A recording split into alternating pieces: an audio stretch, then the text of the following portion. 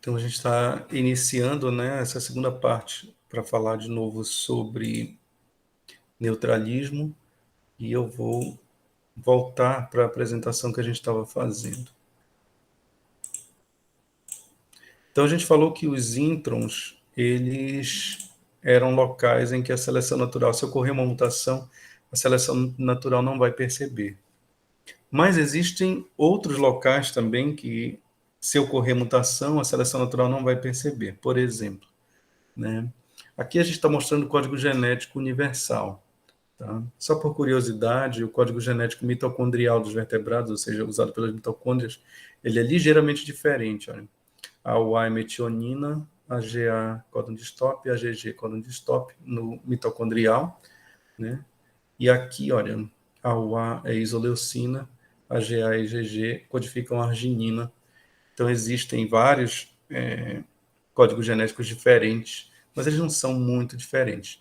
As eubactérias, por exemplo, os seres humanos, eles compartilham o mesmo código genético, tá? Só que tem uma coisa que a gente viu, né, há muito tempo, que o código genético, ele era, não sei se vocês se lembram lá das aulas de genética, se viu que o código genético, ele era redundante. O que quer dizer que ele seja redundante? É isso aqui, olha. Talvez vocês não tenham percebido com tanta clareza isso daqui. CU codifica leucina. CUC codifica leucina, CUA codifica leucina, CUG codifica leucina. Ou seja, basta eu determinar o CU aqui para saber qual é o aminoácido que vai ser codificado. A terceira base do códon, terceira base do códon, ela é bem menos, né? Ou melhor, ela aceita qualquer nucleotídeo aqui, tá? Olha aqui, AU, AUC, AUA, isoleucina, né? Olha aqui. Esse daqui, olha, você pode mudar qualquer um deles, né? Tudo vai dar valina. Aqui, olha, tudo vai dar serina, mesmo você mudando a terceira base. Aqui, prolina também, treonina, né? Alanina, tá? Então, existem muitas, né, além de outros aqui, por exemplo, arginina, né, glicina, e alguns mudam só dois, né? Mas a gente vê que realmente o código genético ele é muito, o quê? Muito redundante, tá? O que que isso vai significar para a evolução molecular? Né? Isso vai significar que, se eu tiver em uma sequência, por exemplo, GUU, e você tiver uma mudança, né? Esse GU aí no DNA seria GTT, né? U é porque é do RNA, né? Se você tivesse GTT, por exemplo, e você modificasse essa terceira base aqui, tá? Se ao invés do T você fosse para A e ficasse GTA ou GUA, vai continuar codificando valina. Então, se você tiver uma mudança na terceira base do códon, vai acontecer algo semelhante ao que acontecia com o intron. Se você tiver uma mudança na terceira base do códon, provavelmente a seleção natural não vai perceber. Tá? Então, a terceira base do códon, e aí a gente está falando dos exons, tá? Nos exons, a terceira base do códon, ela é uma posição que normalmente ela é neutra, ou quase neutra, né? Quase neutra, certo? Então, além dos introns, você tem locais em que você tem uma grande possibilidade de, se ocorrer uma mutação, essa mutação permanecer, porque ela não vai mudar o aminoácido. Aqui, CCU, CCC, CCA, CCG, tudo da prolina. Agora, se você tiver uma mutação na primeira base do códon, se ao invés de CCU for uma mudança, por exemplo, para GCU, o que vai acontecer? Bora ver aqui onde é que está o GCU. Ao invés de codificar a prolina, você vai codificar a alanina. Então, mudanças na primeira base do códon, normalmente, embora nem sempre, levam a mudança de aminoácido. Mudanças na segunda base do códon sempre levam a mudança de aminoácido. E mudanças na terceira base do códon muitas vezes não levam a mudança de aminoácido. Então, essa terceira base do códon ela evolui de forma neutra. Tá? As mudanças que ocorrerem aí, elas vão permanecer.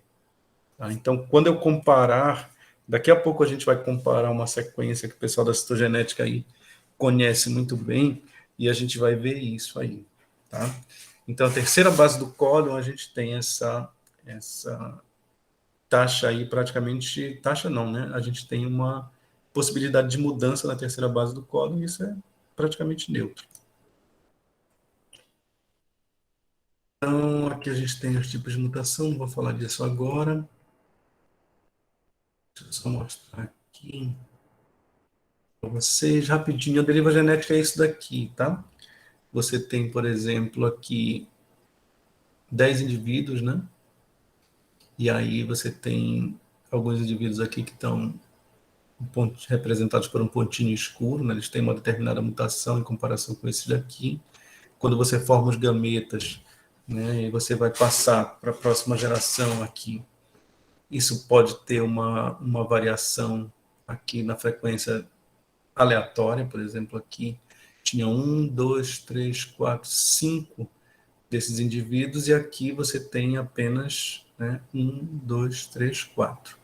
Tá? Então, de uma geração para outra, você teve uma variação aleatória aqui. Mas por quê? Porque é aleatório mesmo, né? Porque ao acaso essa mutação permaneceu ou não. E para outra geração, ao acaso também, você tem agora somente 2 aqui, olha. Somente 2 indivíduos. Então, essa segunda geração. Então, a deriva genética significa isso, né? Significa algo aleatório, né? Deriva, né? Como se esses genes aí, essas frequências gênicas estivessem sempre oscilando. E como é que elas oscilam para mais ou para menos? Ao acaso, tá? A deriva genética ela vai ser muito maior em populações pequenas do que em populações grandes. O que isso quer dizer?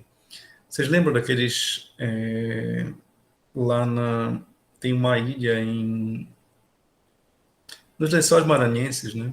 Quando as pessoas foram fundar os Lençóis Maranhenses, uma pessoa que existia lá, ela era uma matriarca, ela era albina. Tá? Foram poucas pessoas. Na primeira geração, né, não deve ter nascido muita gente albino, mas a partir da segunda geração, quando você já começa a ter poucas pessoas não relacionadas ali, né? Essas pessoas começaram a causar e começaram a casar e começaram a ter muitos filhos albinos, né?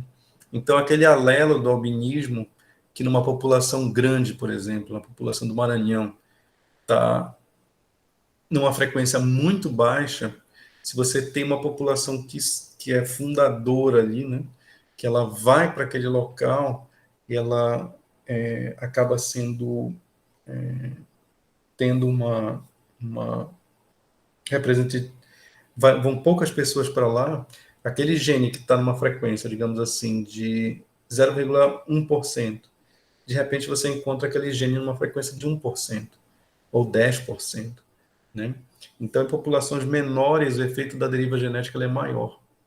Então, o que ele está representando aqui é que você tem um gene que começa com quase 0,5%, né? Isso aqui é você está fazendo uma simulação, e se esse número amostral for de 25 pessoas, né, lá pela geração, antes de chegar na geração 50, você tem a fixação de um alelo, tá, por deriva genética.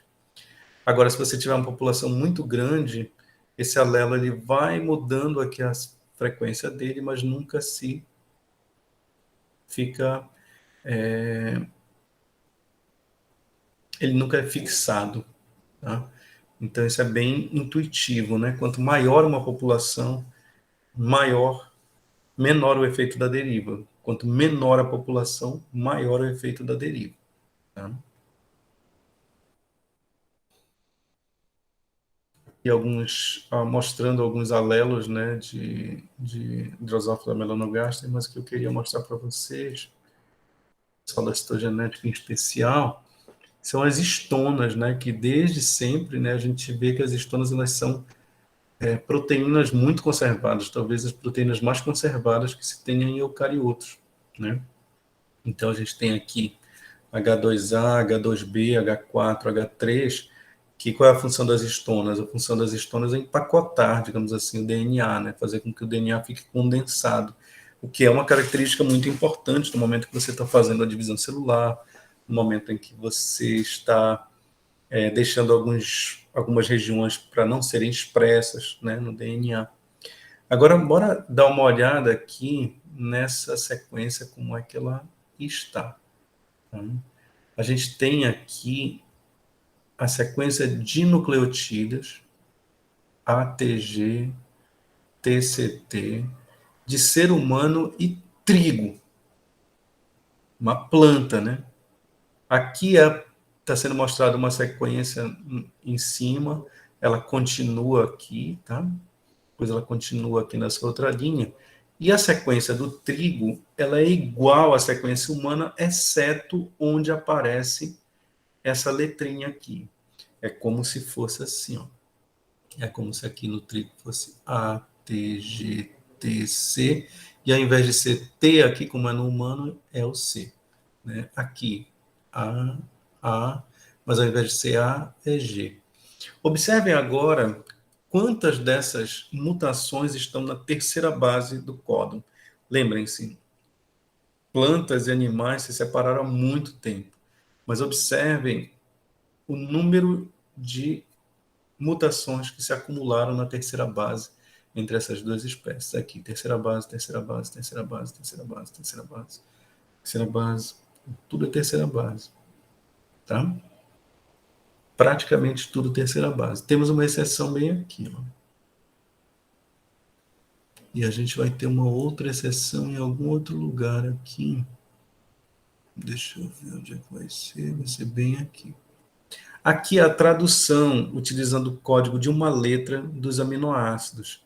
Tá? Naquele código genético que eu mostrei para vocês, estava mostrando o código de aminoácidos de 3 letras, que é mais fácil da gente reconhecer. Né? Aqui é o código de uma letra, por exemplo, metionina, serina, glicina e assim por diante. E aqui a gente tem duas mutações, né? Quer dizer, duas mudanças de aminoácido, que equivalem a quê? Que equivalem a essas duas mudanças aqui. Por quê? Porque ocorreu mudança aqui na primeira base e ocorreu mudança na primeira e segunda base, né? Aqui na terceira base também, mas o que você observa? Né? Essa sequência de humano e trigo na H4 ela é idêntica, exceto por esses dois aminoácidos. Então, era esperado que você tivesse muito mais variação, inclusive não só na terceira base, mas nas segundas bases mesmo. Mas só para você ver o quanto essa função da H4 ela é importante. Então, como as pessoas pensavam com relação à seleção natural, sendo um fator de uniformização, né, como eu falei bem no início da aula, que está na primeira gravação, o que acontece mesmo quando você tem alguma coisa que é muito importante para um organismo é que aquela proteína ela se mantém, ela muda muito pouco como está relacionado aqui. E quando a gente olha para o DNA, a gente verifica que a primeira e a segunda base praticamente não muda. O que vai mudar é o quê? A terceira base. Por quê? Porque quando você muda a terceira base, você não muda o aminoácido, normalmente. Então, as mutações elas vão se acumulando aí.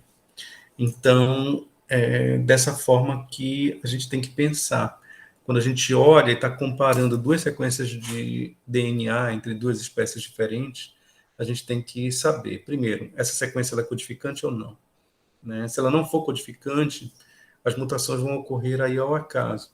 Como eu falei, tem algumas mutações nos introns, por exemplo, que são sequências não codificantes, que acontece até deleção de grandes pedaços, às vezes de 400 pares de bases.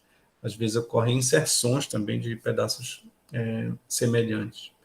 Mas quando eu estou trabalhando com uma região codificadora, eu tenho que pensar, eu acho que a maioria das mutações vão ocorrer na terceira base. Por quê? Porque a terceira base não muda o aminoácido. Então, não dá para a gente olhar para uma sequência de DNA e não pensar mais dessa forma, né? Vocês precisam pensar dessa forma quando vocês olharem. Tudo bem? Sim. E aqui a gente tem uma coisa também bem interessante, que é o chamado pseudogene. Tá? O que é o pseudogene? Os genes, hoje em dia você não tem mais gene que nasça do nada, tá? E há muito tempo, provavelmente na história da vida, a gente não tem mais genes que nasçam do zero. Eles nascem através de duplicação. Essas duplicações são tipos de mutação que também são feitas ao acaso, tá? Quando você tem famílias gênicas, por exemplo, genes de globina, complexo principal de histocompatibilidade, o HLA em humanos, que a gente falou agora há pouco, você tem a formação de muitos pseudogenes. Né? Esses pseudogenes eles ocorrem por duplicação ao acaso, e algumas vezes a parte, por exemplo, da região promotora não é bem duplicada. E esse gene ele acaba não sendo mais funcional. Tá? E aí esse gene ele não consegue mais produzir nenhuma proteína, como está sendo mostrado aqui. Né? E aqui ele está dizendo, né? Genes codificantes de proteína compõem apenas 1,2% do genoma humano. Né? Então, aqui, né, as porções não codificantes incluem elementos regulatórios, pseudogenes, genes codificando RNA, moléculas de RNA e também os introns. Né? E o que você tem aqui no pseudogene? Como é que a gente sabe que é um pseudogene? Porque quando eu comparo essa sequência com essa, eu noto uma semelhança muito grande. Tá? Só que ela mostra aqui mutações que, por exemplo, podem levar a stop códons, né, códons de parada prematuros, que às vezes uma deleção, uma inserção que leva a mudança de matriz de leitura. Então eu sei que aquele gene ele não vai ser codificado, ele não vai codificar uma proteína funcional, mas eu consigo entender, verificar isso. Quando eu faço uma técnica, por exemplo, a reação em cadeia da polimerase, a PCR, a gente vai falar dela um pouquinho amanhã, o que acontece? Eu posso amplificar os dois genes ao mesmo tempo. E aí eu posso detectar que realmente eu estou vendo um pseudogene também naquela minha análise, tá? Mas o pseudogene, ele é interessante porque se eu comparar a sequência do gene codificador com a sequência do pseudogene, o que vai acontecer? Isso no mesmo indivíduo, tá? Não é nem preciso ser em espécies diferentes, embora você possa fazer isso em espécies diferentes. O que eu vou encontrar? A maioria das mutações que ocorrem no gene, né, codificador de proteína, poucas mutações nos exons, sendo que a maior parte das mutações acumuladas serão na terceira base, né? E muitas mutações nos introns. E no pseudogene? No pseudogene eu não vejo diferença. As mutações se acumulam tanto nos exons quanto nos introns, porque é uma sequência que não é funcional, então ela nunca é percebida pela seleção natural. Onde ocorreu uma mutação no pseudogene, essa mutação tem uma probabilidade igual, né, de se manter, porque os exons desse pseudogene não são mais funcionais. Deu para entender? Se tiver alguma dúvida, né?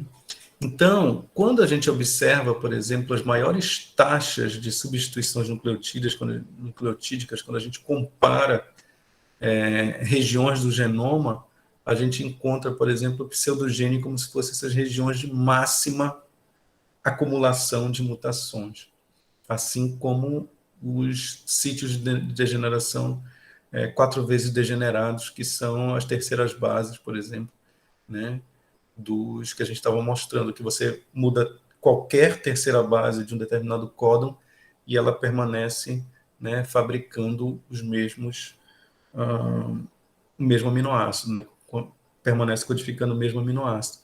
Outras regiões, olha, são os introns, né, que eles permanecem também fazendo a mesma coisa, tá ok?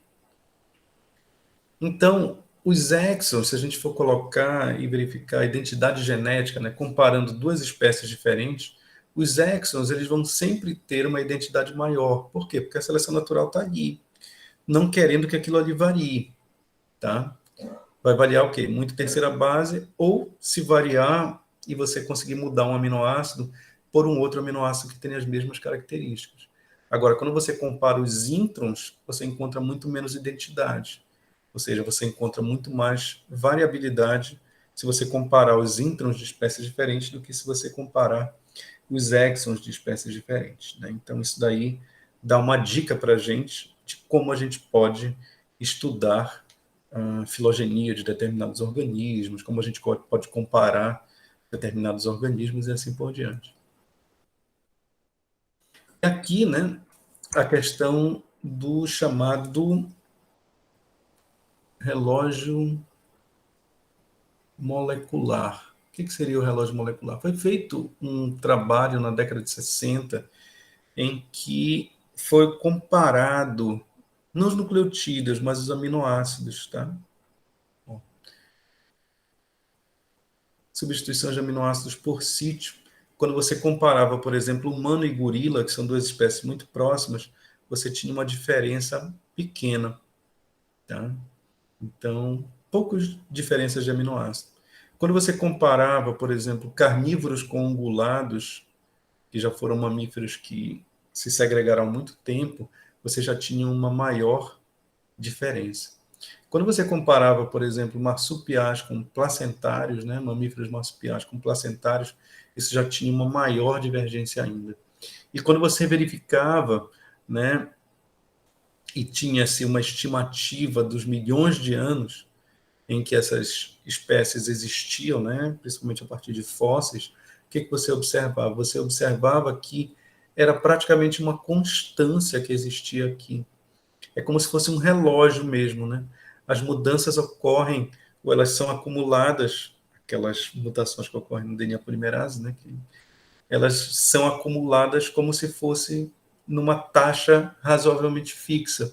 Então, é como se a gente pudesse fazer uma correlação entre o número de mudanças de aminoácido e saber quando, mais ou menos, teria sido a divergência entre aqueles dois grupos de espécies. Isso é a base para o que a gente chama de relógio molecular, né, que é muito importante para a gente. E acaba sendo, digamos assim, uma das grandes contribuições mesmo da evolução molecular, né, e da filogenia molecular, para você conseguir fazer algumas aferições de tempo de divergência quando você não tem fósseis. É claro que para você começar o relógio molecular, você tem que fazer uma certa calibração. Você tem que ter. Mas depois você pode, né, verificar isso de uma forma um pouco mais tranquila. Não é tão certinho assim o relógio molecular, mas ele dá uma ideia para a gente, pelo menos, de qual teria sido o tempo de divergência entre várias espécies. Então, de forma geral, o que a gente vai concluir a partir daqui? A gente vai concluir que quanto maior o tempo de divergência entre duas espécies, né, menor vai ser as mudanças, não só de aminoácidos, mas as mudanças realmente nas sequências nucleotídicas. E quanto maior o tempo de divergência, maior as mudanças de aminoácidos, as mudanças nucleotídicas, depende do que você está comparando aí entre esses organismos. Então, entender essa questão do relógio molecular, né, ou melhor, do neutralismo, é muito importante para que a gente consiga ter uma ideia de por que a gente acaba tendo muita confiabilidade na questão de reconstruções filogenéticas baseadas em moléculas de DNA, em comparações até mesmo de aminoácidos, né? E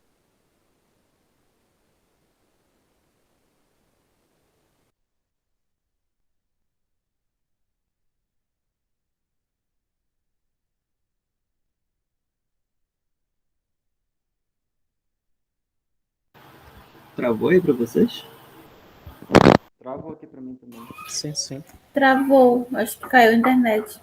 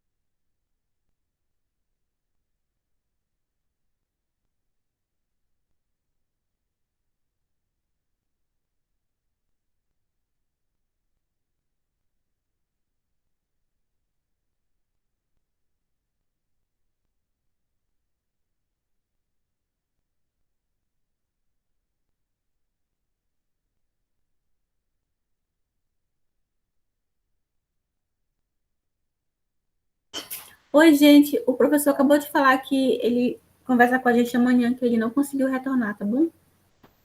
Tá, beleza, Alisson. Valeu. Ok, então, obrigado. Tchau, tchau, pessoal. Até amanhã. Tchau, tchau, pessoal. Até amanhã. Tchau. Tchau, pessoal.